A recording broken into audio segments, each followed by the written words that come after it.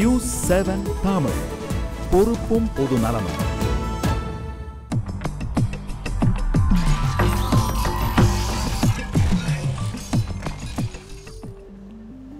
அனைவருக்கும் அன்பான வணக்கங்கள். கேள்வி நேரம் நிகழ்ச்சிக்காக உங்கள் அனைவரையும் அன்போடு வரவேற்கிறேன். இன்றைய கேள்வி நேரம் நிகழ்ச்சியில் நம்ம என்ன தலைப்புகளில் விவாதிக்க போகிறோம் பார்க்கலாம். இன்றைக்கு நம்ம விவாதிக்க இருக்கக்கூடிய தலைப்பு ஆட்சி மொழி. தமிழை ஆட்சி மொழியாக ஆக்க வேண்டும். திருவள்ளுவர் பிறந்த தினத்தை தேசிய மொழிகள் தினமாக கொண்டாட வேண்டும். திருக்குறளை தேசிய நூலாக அறிவிக்க வேண்டும். இது ஏதோ இன்றைக்கு எழுப்பப்படக்கூடிய கோரிக்கைகள் அல்ல, தமிழர்களது நெடுநாளைய கோரிக்கைகள் என்று சொல்லலாம். ஆனால் மாநிலங்களவையில் இந்த தீர்மானங்கள் பிரதான தமிழக கட்சிகளால் கொண்டு வரப்பட்டு அது தோற்கடிக்கப்பட்டிருக்கிறது. மத்திய அரசு இதற்கான மறுப்பை தெரிவித்திருக்கிறது. ஆட்சி மொழியாக ஆக்கக்கூடிய உத்தேசம் மத்திய அரசுக்கு இல்லை. மத்திய உள்துறை இணையமைச்சர் இது பற்றி தெரிவித்திருக்கிறார். ஏன் தமிழை ஆட்சி மொழியாக ஆக்க வேண்டும்? திருக்குறளை தேசிய நூலாக மாற்றுவதற்கான சாத்தியப்பாடுகள் இருக்கிறதா? மத்திய அரசு சொல்லக்கூடிய காரணங்கள் ஏற்புடையதுதானா? இது பற்றியெல்லாம் விவாதிக்கலாம். தலைப்புச் செய்திகளுக்கு பிறகு உங்களுக்காக அனிதா காத்திருக்கிறார். அனிதா, தலைப்புச் செய்திகளுக்கான நேரம். கண்டிப்பாக விஜயன், இந்த தருணத்திற்கான தலைப்புச் செய்திகளை பார்த்து விடலாம். தமிழகத்தில் பாரதிய ஜனதா ஆட்சி. சென்னை பொதுக்கூட்டத்தில் அமித்ஷா சூளுரை.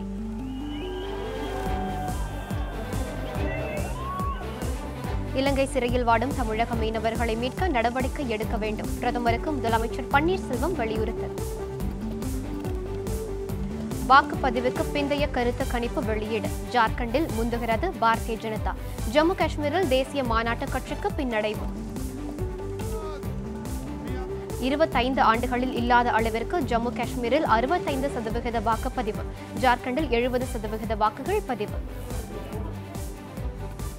இதுதான் விஜயன் இன்னைக்கான முதன்மையான செய்திகள். நன்றி அனிதா, தலைப்பு செய்திகளை தந்தமைக்காக. நம்ம விவாத அமர்விற்குள் செல்லலாம். இன்றைய விவாத அமர்வு என்பது ஆட்சி மொழியை பற்றியது. இந்தியா போன்ற ஒரு பெரிய பன்முகத்தன்மை கொண்ட பல இனக்குழுக்கள் இருக்கக்கூடிய தேசத்தில் மொழி சார்ந்த பிரச்சனைகள் என்பது, மொழி குறித்த விவாதம் என்பது அவ்வப்போது எழுப்பப்பட்டு கொண்டே இருக்கிறது. நாம் அது குறித்து தான் விவாதிக்க இருக்கிறோம். தமிழை ஆட்சி மொழியாக ஆக்க வேண்டும். திருக்குறளை தேசிய நூலாக அறிவிக்க வேண்டும். திருவள்ளுவர் பிறந்த தினத்தை தேசிய மொழிகள் தினமாக கொண்டாட வேண்டும். இதுதான் எழுப்பப்பட்டிருக்கக்கூடிய கோரிக்கை. மத்திய அரசு இதை மறுத்திருக்கிறது. இது பற்றி தான் நம்ம விவாதிக்க இருக்கிறோம். இது குறித்து விவாதிப்பதற்காக நம்முடைய அரங்கத்திற்கு வந்திருக்கக்கூடிய விருந்தினர்களை உங்களுக்கு நான் அறிமுகம் செய்கிறேன். பாரதிய வழக்கறிஞர் சங்கம் சார்பாக திரு ராமமூர்த்தி அவர்கள். வணக்கம் திரு ராமமூர்த்தி. திராவிட முன்னேற்ற கழகம் கட்சியிலிருந்து வழக்கறிஞர் GS மோகன் அவர்கள் வந்திருக்கிறார். வணக்கம் திரு மோகன். இது சார்ந்த பார்வைகளை முன்வைப்பதற்காக தமிழர் தேசிய பேரியக்கத்திலிருந்து, தமிழ் தேசிய பேரியக்கத்திலிருந்து திரு மணியரசன் அவர்கள் வந்திருக்கிறார். வணக்கம் திரு மணியரசன். திரு ராமமூர்த்தி, இந்த கோரிக்கைகள், மத்திய அரசினுடைய நிலைப்பாடு, ஒரு ஆட்சி மொழியை பற்றிய நிலைப்பாடு என்னவாக இருக்கிறது? ஒருவேளை ஆட்சி மொழியை குறித்த ஒரு அச்சம் மத்திய அரசுக்கு இருக்குன்னு நினைக்கிறீங்களா? இல்லை, நான் ஒரு விஷயம் என்ன தெளிவுபடுத்த விரும்புகிறேன்னா, இந்த தோல்விக்கு பின்னாடி காங்கிரஸ் கட்சி என்னன்னா நிறைய தவறான பிரச்சாரங்களை செய்கிறதில் முனைந்திருக்கின்றது. என்னுடைய அடிப்படை கேள்வியை, இந்த கேள்வியை எழுப்பிய MP யாருன்னு கேட்டிங்கன்னா சுதர்சன நாச்சியப்பன். திரு ராமமூர்த்தி, முதல்ல நம்ம இத கட்சி சார்ந்த அரசியலாக மாற்றாம இருந்தால் நம்ம ஆழமாக விவாதத்திற்கு போகலாம். அதுக்குள்ள நம்ம வருகின்றேன். 60 ஆண்டுகளாக இந்த காங்கிரஸ் கட்சி என்ன பண்ணது? 3 கேள்விகள் கேட்கின்றார். நான் 3வது கேள்வியிலிருந்து ஆரம்பிக்கிறேன். தமிழை ஏன் உயர்நீதிமன்றத்தினுடைய அலுவல் மொழியாக மாற்றக்கூடாது அப்படின்னு ஒரு கேள்வி. நடைமுறையில் அதில் எந்த அளவுக்கு சாத்தியம்? நம்ம தொடர்ச்சியாக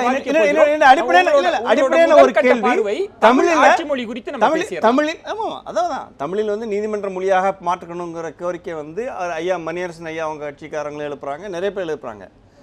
என்னுடைய அடிப்படையான ஒரு கேள்வி, அதற்கான விஷயங்கள் செய்யப்பட்டிருக்கின்றனவா? உதாரணத்திற்கு அரசியல் சாசனத்திற்கு தமிழில் விளக்க உரை, பாஷ்யம், கமெண்ட்ரி எப்படி வேணா வச்சுக்கோங்க. இல்ல, எந்த சட்டத்துக்குமே இல்ல.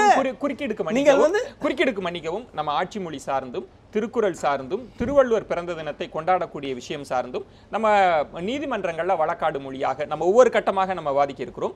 ஆட்சி மொழி சார்ந்து மத்திய அரசினுடைய பார்வை என்ன? அதை நீங்க சொன்னீங்கன்னா நம்ம முதல் கட்ட வாதத்தை நகர்த்தலாம். இல்ல, அதுல என்ன அவர் உங்கள் பார்வை என்ன? அதான் நீங்கள் கேட்கின்ற கேள்வி, அதாவது கேள்வி கேட்ட MP கேள்வி கேட்டது என்னன்னா, என்ன நோக்கத்திற்காக கேள்வி கேட்காததை நான் பார்க்கின்றேன்.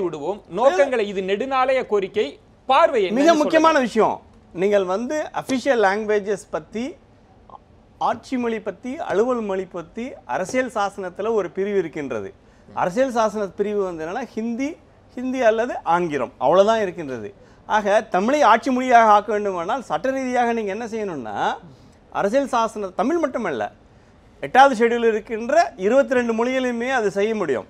ஆனால் அதற்கு நீங்கள் வந்து என்னென்னா அரசியல் சாசனத்தில் திருத்தம் கொண்டு வரணும். அரசியல் சாசனத்தில் திருத்தம் கொண்டு வராமல் இது வந்து ஒரு சர்க்குலர் போட்டு பண்ணுற சமாச்சாரம் கிடையாது. இது நிறைய விவாதங்கள் ஏற்படுத்த வேண்டும் என்கிற விவாதம் மட்டும் இல்லை, இது வந்து நிச்சயமாக தமிழ் மட்டுமல்ல 8வது ஷெட்யூலில் இருக்கின்ற 22 மொழிகளிலும் செய்யலாம். ஆனால் அதற்கான இது வந்து என்னென்னா அரசியல் சாசனத்தில் அது வந்து திருத்தம் கொண்டு வரப்படணும். அது ஒரு நீண்ட விவாதம். இன்றைய சூழ்நிலையில் அது சாத்தியமானு கேட்டிங்கன்னா அரசியல் சாசனத்தில் திருத்தம் செய்யாமல் அது சாத்தியமில்லை என்று சொல்லியிருக்கிறீர்கள். அரசியல் சாசனத்தை திருத்துவதற்கான சாத்தியம் இருக்கிறதா என்பதெல்லாம் அடுத்தடுத்த கட்ட வாதங்களில் வாதிக்கலாம். திரு மணியரசன், இந்த கோரிக்கை என்பது, இந்த ஆட்சி மொழி கோரிக்கை என்பது பன்னெடுங்காலமாக அதற்கான தேவை என்னன்னு நினைக்கிறீங்க இந்தியா போன்ற ஒரு தேசத்திற்கு? இந்தியா வந்து ஒரு தேசம் அல்ல. அரசமைப்பு சட்டம் இந்தியாவை யூனியன், ஒன்றியம் என்று தான் சொல்கிறதே தவிர நேஷன் என்று சொல்லவில்லை. India that is Bharat shall be union of states, அரசுகளின் ஒன்றியம். அதனுடைய உட்பொருளே பல தேசிய இனங்கள் இந்தியாவில் இருக்கின்றன, பல வளர்ச்சியடைந்த மொழிகள் இந்தியாவில் இருக்கின்றன. இவற்றினுடைய ஒன்றியம்தான் இந்தியா. இப்படிப்பட்ட பல இனங்கள், வளர்ச்சியடைந்த இனங்கள் உள்ள நாடுகள் உலகத்தில் ஒன்றாக இருந்திருக்கு, பிரிஞ்சும் இருக்கிறது. எடுத்துக்காட்டாக சின்னஞ்சிறிய சுவிட்சர்லாந்து வந்து நீண்ட காலமாக ஒன்றா இருக்குது. 4 மொழி பேசுகிறாங்க, 4 மொழியும் ஆட்சி மொழி தான். அங்கே 4 மொழியும் ஆட்சி மொழி. அதை பின்பற்றி தான் சோவியத் ஒன்றியத்தில் வந்து 15 வளர்ச்சி அடைந்த தேசிய இனங்களும் மொழிகளும் இருந்தன. 15 மொழிகளும் அரசமைப்பு சட்டத்தில் ஆட்சி மொழிகளாக தான் ஆக்கப்பட்டது. ரஷ்ய மொழியை கொண்டு வர வேண்டும் என்று சொன்னபொழுது அந்த மொழியை தாய்மொழியாக கொண்ட லெனின் மறுத்து விட்டார். 15 ஒரு மொழியை நீங்கள் ஆட்சி மொழியாக கொண்டு வந்தோன்னா அந்த மொழி பேசக்கூடிய இனம் மற்ற இனத்தை வந்து ஆதிக்கம் செய்வதாகத்தான் பொருள், எனவே அது கூடாது என்று சொல்லி 15 மொழிகளையும் ஆட்சி மொழியாக கொண்டு வந்தாங்க. எந்த ஊர்லேயுமே வந்து 2க்கு மேற்பட்ட 2 இனங்கள் இருக்க இடங்களில் ஒரு இனத்தினுடைய மொழியை ஆட்சி மொழியாக வச்சு திணிக்கிறது ஜனநாயகம் கிடையாது. இப்போ கனடாவில் 2 மொழி, இங்கிலீஷ், ஃப்ரெஞ்சு, 2ம் தான் ஆட்சி மொழி. அதுபோல் இந்தியாவில் வந்து வளர்ச்சியடைந்த தனித்தனி தேசங்களாக இருக்க தகுந்தது. இன்றைக்கி தமிழ்நாட்டுடைய மக்கள் தொகை வந்து 7,21,00,000, பிரிட்டனுடைய மக்கள் தொகையை விட கூட, பிரான்ஸுடைய மக்கள் தொகையை விட கூட. எனவே அப்படிப்பட்ட தமிழ் பெருமக்களுடைய ஒரு மொழியாகவும் உலகத்தின் முதல் செம்மொழியாக இருக்கக்கூடிய இந்த தமிழ் ஒரு ஆட்சி மொழியாக தன்னைத்தானே ஆண்டு கொள்ளக்கூடிய தனக்கான ஒரு ஆட்சி மொழியாக இல்லை. அப்படிப்பட்ட ஒரு நாட்டில் அது சிக்கியிருக்கிறது என்பதே மொழி உரிமையும் இன உரிமையும் மறுக்கப்படுகிறது என்பதற்கு தான் அர்த்தம். இது வந்து எல்லா மொழி 22 மொழிகளையுமே ஆட்சி மொழிகளாக கொண்டு வர முடியும். அதுக்கு வந்து ஏற்பாடுகளை செய்யவில்லை என்றால் இதற்கு இந்த குற்றத்தில் வந்து 2 பேருக்கும் பங்கு இருக்குங்க. காங்கிரஸ், பாஜக 2 பேர். பாஜக ஏற்கனவே ஆண்டிருக்காங்க. 6 ஆண்டு வாஜ்பாய் 6 வருஷம் பிரதமராக இருந்திருக்காரு. எனவே இவர்கள் யாருமே இதை செய்யவில்லை, விரும்பவில்லை. இந்தியை கொண்டு வர வேண்டும், சமஸ்கிருதத்தை கொண்டு வர வேண்டும் துடிக்கிறார்களே. யாருடைய தாய்மொழி சமஸ்கிருதம்? வந்த உடனே பாஜக வந்து சமஸ்கிருத வாரம், சமஸ்கிருதத்தை முன்னே கொண்டு வர்றாங்க. அப்போது மக்களுடைய 7 கோடி மக்களுடைய தாய்மொழி இந்தியாவில் பிற மாநிலங்களிலும் தமிழர்கள் இருக்காங்க, 7-8 கோடி பேர் இருப்பார்கள். இவர்களுடைய தாய்மொழியாகிய தமிழையும் மற்ற மொழிகளையும் ஆட்சி மொழியாக கொண்டு வருவது விருப்பம் இல்லை. சமஸ்கிருதம், இந்தி இதை திணிக்க வேண்டும், ஒரு மேலாதிக்கம் செய்ய வேண்டும் என்பது காங்கிரஸுக்கும் அந்த மொழி கொள்கை தான். ஒரு இன ஆதிக்க கொள்கை, இது ஒரு மொழி ஆதிக்க கொள்கை, ஜனநாயகம் இல்லை. எனவே இதை கான்ஸ்டியூஷனை திருத்தக்கூடாது என்பதல்ல, இதை திருத்தினா ஒன்றும் தவறல்ல. அதற்கான முயற்சியில் யாரும் ஈடுபடலை. காங்கிரஸுக்கும் பாஜகவுக்கும் ஒரே கொள்கை தான், ஒரு மொழி ஆதிக்க கொள்கை தான் அது. ஒரு மொழி ஆதிக்க கொள்கை. திரு மோகன், திராவிட முன்னேற்ற கழகம் கூட வெளிநடப்பு செய்தது. திருச்சி சிவா அவர்கள் கடுமையான எதிர்ப்பை பதிவு செய்கிறார். உங்களுடைய முதல் கட்ட வாதமாக இந்த ஆட்சி மொழி குறித்த உங்கள் பார்வை என்ன? நீங்கள் நல்லா பார்த்தீங்கன்னா இந்தியா வந்து நீங்கள் 30 மாநிலம், 7 யூனியன் டெரிட்டரி, கிட்டத்தட்ட 6 மதங்கள், அப்புறம் வந்து 6550 காஸ்ட் ஜாதிகள், 1618 மொழிகள் இருக்கிறது. ஆனால் பிரதான மொழிகள் பார்க்கின்ற பொழுது அதிகமாக பேசப்படுகின்ற மொழி இந்தியாவிலே இந்தி, அதில் மாற்று கருத்து எதுவும் இல்லை. ஆனாலும் கூட அந்த இந்தியை நீங்கள் தென் மாநிலங்களுக்கு கொண்டு வர முடியுமா என்றால் இல்லை. அந்த காலகட்டத்திலிருந்து 1938 மிகப்பெரிய எழுச்சி வந்தது, இந்தியை கொண்டு வர வேண்டும் என்று. அதற்கு பிறகு 1965 பேரறிஞர் அண்ணா அவர்கள்லாம் எழுச்சி மிக ஒரு இதை கொண்டு வந்து இந்தியை நீங்கள் வந்து கொண்டு வருவது இங்கே கடினம், ஆங்கிலத்தை அதற்கு துணை மொழியாக இருக்கட்டும் என்று தான் நேருடைய உறுதிமொழியை கடைபிடித்து வந்தார்கள். இன்றைக்கி கூட நீங்கள் பார்த்தீங்கன்னா ரூபா நோட்டில் பார்த்தீங்கன்னா 15 மொழிகள் இருக்கிறது. இப்போ ரூபா நோட்டில் பார்த்தீங்கன்னா 15 மொழி. அப்போ ரூபா நோட்டில் நீங்கள் ஏற்றுக்கிட்டீங்க, அப்போ ஏற்றுக்கிட்டு தானே அந்த மொழி போடுறீங்க, அந்த 15 மொழி. அதுபோல் இந்தியாவில் பல ஸ்டேட்டில் இருக்குது, 30 மாநிலம் இருக்கிறது என்று சொன்னால் 30 மாநிலத்தினுடைய மொழிகள் குறிப்பான மொழிகள். அதில் வந்து ஒரு 22 மொழி நீங்கள் அங்கீகரிக்கப்பட்டது. நீங்கள் அஃபீஷியல் லாங்குவேஜ் ஆக்ட் 1963 அது அமெண்ட் பண்ணாங்க 67. அப்போது அமெண்ட்மெண்ட் பண்ணும்போது அஃபீஷியல் லாங்குவேஜ் வந்து எப்படி கொண்டு வர முடியும், அதுக்கு ஒரு கமிட்டி ஃபார்ம் பண்ணாங்க. 30 பேர் அந்த குழுவில் இருந்தாங்க. அதில் 20 பேர் பார்லிமெண்ட் உறுப்பினரும் மற்ற பேர் வந்து ஸ்டேட்டில் கவுன்சிலும் வந்தாங்க. அப்படி இருக்கின்ற பொழுது முதல் ஆரம்பிக்கும் பொழுது 1950 பார்த்திங்கன்னா ராஜாஜி தான் அப்போ வந்து கவர்னர் ஜெனரலாக இருந்தார். அவர் தான் குடியரசை முதல் இந்தியாவுக்கு அறிமுகப்படுத்துகிறார். இன்றைய தினம் குடியரசு தினம் என்று. அவர் தான் ராஜேந்திர பிரசாத்தை முதல் பிரசிடெண்ட்டாக அனௌன்ஸ் பண்ணுறார். அப்படி அனௌன்ஸ் பண்ணும்போது அவருடைய ஒரு ஓட்டை வைத்து தான் அப்பொழுது இந்தியை அஃபிஷியல் லாங்குவேஜை அனௌன்ஸ் பண்ணுறாங்க. ஒரு வாக்கு பயன்படுத்தப்பட்டது. அதிலிருந்து தான் இந்தியாவிலே அஃபிஷியல் லாங்குவேஜாக இந்தியை கொண்டு வந்தார். பெரும்பான்மையான மாநிலங்களிலே பேசப்படுகின்றது என்ற ஒரே ஒரு காரணத்திற்காக வைத்தார். அப்பொழுது பேரறிஞர் அண்ணா அவர்கள் பாராளுமன்றத்தில் பேசுகின்ற பொழுது நம்முடைய இந்தியாவினுடைய தேசிய பறவை என்ன? மயில். ஆனால் அதிகம் அளவில் இருக்கின்ற பறவைகள் எது? காக்கை. ஆனால் மயிலை தானே நாம் தேசிய பறவையாக வைத்தோம். அதே போல தமிழ் மொழி உலக வரலாறிலே மூத்த மொழி, முதல் மொழி. நீங்கள் லெமூரியா கண்டத்தை எடுத்துட்டிங்கன்னா லெமூரியா கண்டம் தான் உலக வரலாறிலே முதல் தோன்றிய கண்டம். அந்த கண்டத்திலே பேசப்பட்ட மொழி தமிழ் மொழி. அந்த மொழியை நாம் தேசிய மொழியாக ஆக்குவதிலே என்ன தவறு என்று எனக்கு தெரியவில்லை. நிச்சயமா திரு ராமமூர்த்தி, எனக்கு ஒரு கேள்வி இருக்கு. 2 பேருக்குமே இந்திய அளவில் சொல்கிறாங்க, இன்றைக்கு தமிழ்நாட்டில் தெலுங்கு பேசுகின்ற மக்கள் இருக்கின்றார்கள், கன்னடம் பேசுகின்ற மக்கள் இருக்கின்றார்கள், மலையாளம் பேசுகின்ற மக்கள் இருக்கின்றார்கள். நீங்கள் இதில் எந்த மொழியாவது நீங்கள் தமிழ்நாட்டினுடைய ஆட்சி மொழியாக நீங்கள் செய்திருக்கின்றீர்களா? அதே மாதிரி நாங்கள் பக்கத்தில் இருக்கிற ஆந்திராவில் நான் பார்க்கின்றேன், தெலுங்கானாவிலையும் பார்க்கின்றேன். உருது அங்கே ஆட்சி மொழி, தெலுங்கை தவிர்த்து உருதுவும் இருக்கின்றது. தமிழகத்திலே ஏன் அப்போ வந்து தமிழ்நாட்டில் செய்கிறது மட்டும் தமிழ் திணிப்பு கிடையாதா? இங்கே தெலுங்கர்களுக்கு நீங்கள் வந்து தெலுங்கு வாய்ப்பு தரவில்லை, கன்னடர்கள் இருக்கின்றார்கள், கன்னடர்களுக்கு அந்த வாய்ப்பு இல்லை, மலையாளிகள் இருக்கின்றார்கள், அந்த வாய்ப்பு இல்லை. ரெண்டாவது கேள்வி இல்லை, எனக்கு 2வது கேள்வி இருக்கின்றது ஐயாவிடம். ஸோ இந்த விஷயங்கள்லாம் இவ்வளோ வேகமாக பேசுகின்றார்கள். கடந்த 10 ஆண்டுகளில் திமுக இல்லாவிட்டால் மத்திய அரசாங்கம் கிடையாது.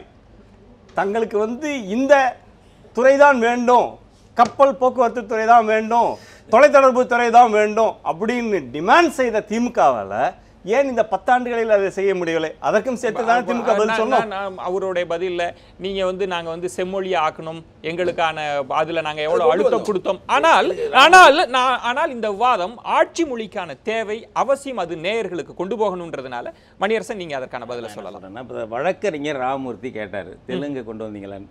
தெலுங்கு உருது எல்லாம் தமிழ்நாட்டில் 2வது ஆட்சி மொழியாக இருக்குது. எப்படின்னா 15% பிறமொழி பேசினா அது ஆட்சி மொழியாக செகண்ட் அஃபீஷியல் லாங்குவேஜாக இருக்கலாம்.